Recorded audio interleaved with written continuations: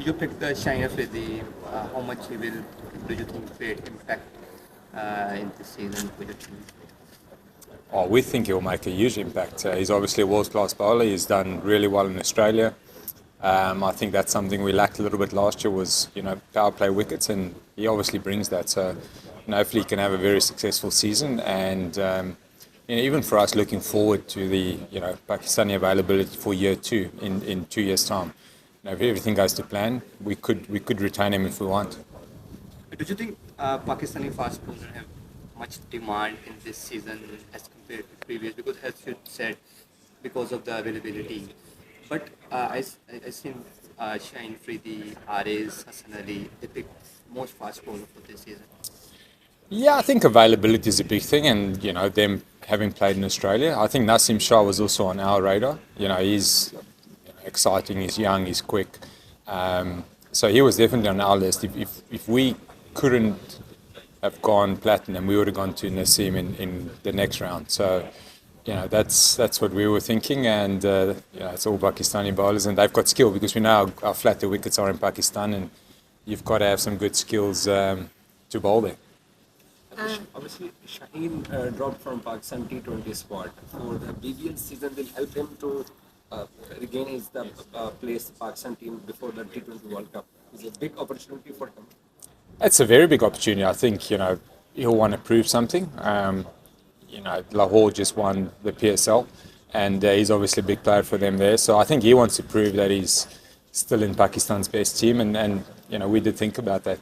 He'll want to come to Australia and prove himself, and we're hoping we can use that to get him back into the Pakistani team.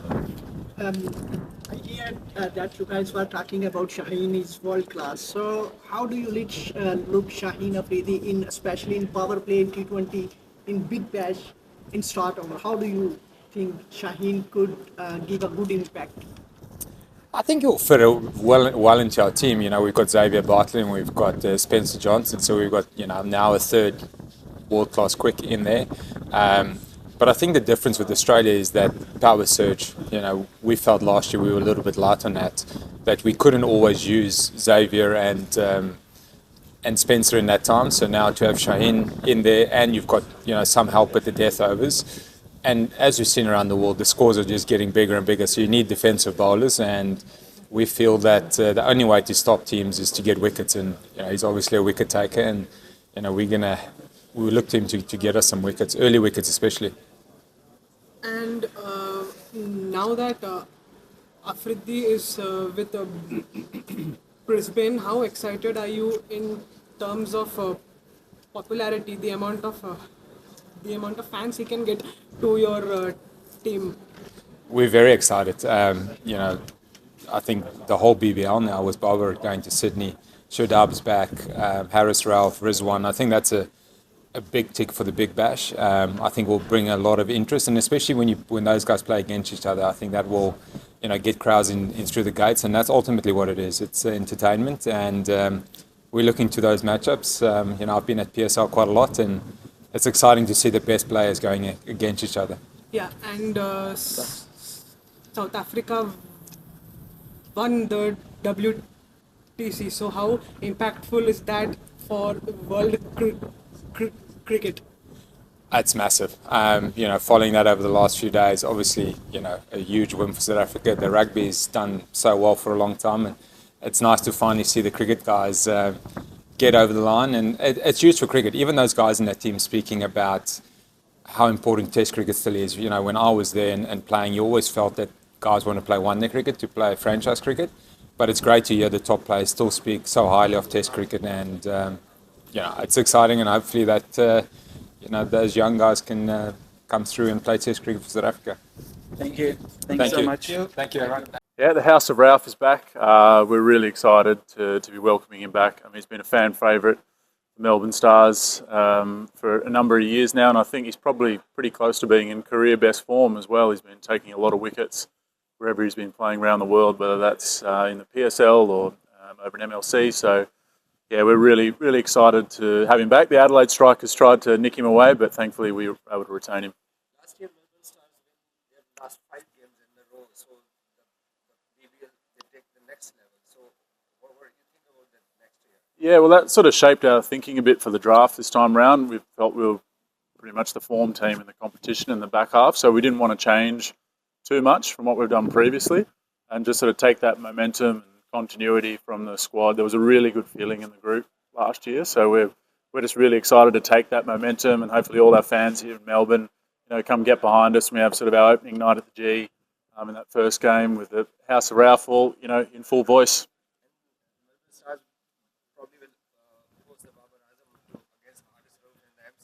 Yeah, well, I think when the Stars play the Sixers, always one of the biggest games in the competition, and it's just got a lot bigger now with Ralph up against Babar. I'm sure Harris will have a few tricks up his sleeve. He's seen Babar up pretty close, so maybe not that Babar has too many weaknesses, but I'm sure if he's got them, then Harris for sure is someone who hopefully, I'm sure will fire up for that battle against his teammate.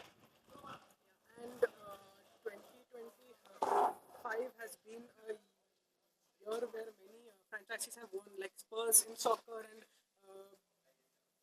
Bangalore in the IPL. Can we say that this is Melbourne Stars' best? I'm very aware that this has been a year of firsts across world sport, and obviously with RCB, breaking their drought, it feels only fitting that Kohli and RCB were able to sort of break their drought, and I think it'd be only fitting for Maxwell and Stoinis to sort of also have the same happen to them for a number of years of given so much to the Melbourne Stars. They're super passionate about the club, and I know all of our fans have been starved, had a long wait for the title, but the omens are there, and hopefully, we can use a bit of that as inspiration next season. And you all managed to get Roth back. So the prospect of Roth playing back with his old mates, do you think now he will play better than what he was in the past? I think so. Well, I think he's in career best form at the moment, and I know that when we sat down in all the draft discussions and you're talking about all the different things that go into picking a player, one of the big factors that Harris just fits in really well with the group. All the guys really love him.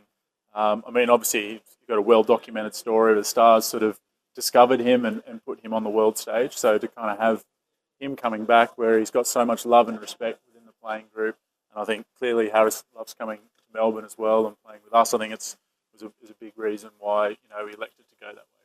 There are some Pakistani bowlers like Hassan Ali, Usama Mir, Haris Rao, Shaheen Afridi. So if we look, most of the franchises, they are picking bowlers, especially bowlers, not batters. Yeah. So do you think Pakistani bowlers has some special class?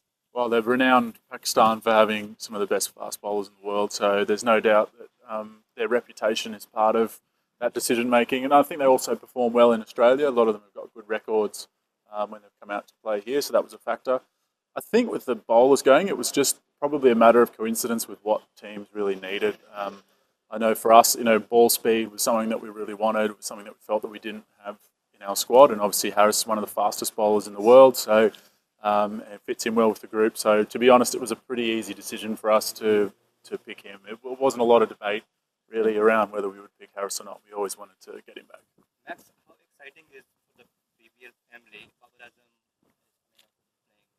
playing first time. I think it's great for the tournament. Pakistan, we saw in the T20 World Cup here, which I was lucky enough to work on in 2022, when they made that run to the final, how much all the community here in Australia really got behind them. So I think it's great for cricket, great for the BBL, and obviously the community here to be able to come out and see some of the all-time greats of Pakistan cricket playing. They're adding an enormous amount to the Big Bash. I think there's a really strong relationship between Australian cricket and Pakistan cricket at the moment. Obviously spawned from some of those recent international tours, and I think the sort of love and respect that Pakistan fans have shown to Australian cricket also makes up part of that relationship. Do you think it's going to be a big impact, like you guys are talking about? Babar Azam has up to 6 million Instagram followers, fan base. Do you think this time it's going to be huge for Big Bash and Pakistan cricket as well? Well, I know that I was just talking to Rachel Haynes, who's the general manager of the Sixers, and she was saying their social media has exploded with Babar signing on. So, that's all part. All the South Asian teams have massive social media following, and obviously when players from that part of the world come out to Australia that obviously dwarf the population size that we have here in Australia, inevitably you're going to have a big influx of eyeballs in the competition, and I imagine that there'll be lots of people back in Pakistan tuning into the Big Bash this year. That's for sure. Thanks. Awesome.